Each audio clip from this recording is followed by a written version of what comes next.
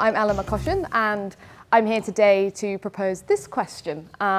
What are the implications of the growing divergence of urbanization pathways? And we know that there are multiple pathways to urbanization, and most commonly associated with land, thinking about land change systems, spatial structure and urban form, but also ecological systems and the interaction between cities and the environment, demographic shifts, and the economy, things like economic diversification and agglomeration.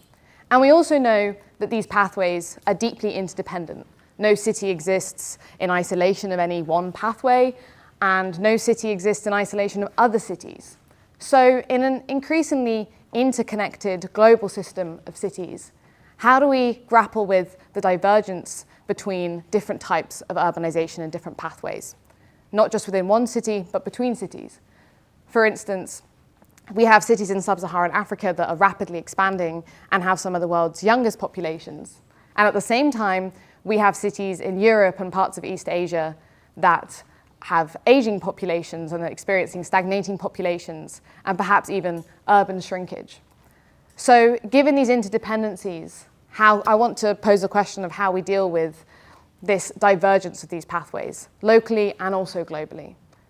For instance, one implication could be on resources.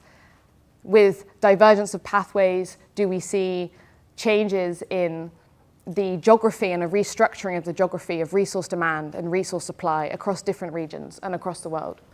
How might this affect the accessibility and the quality of infrastructures and where there might be surpluses or deficits?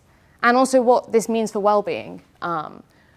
Who has the capabilities to lead a decent and dignified life, and how can we achieve this? And I also want to ask, where is policy most relevant in this space, and how can planners and different actors and decision makers who often work locally but really work at multiple scales of governance really understand and improve cities?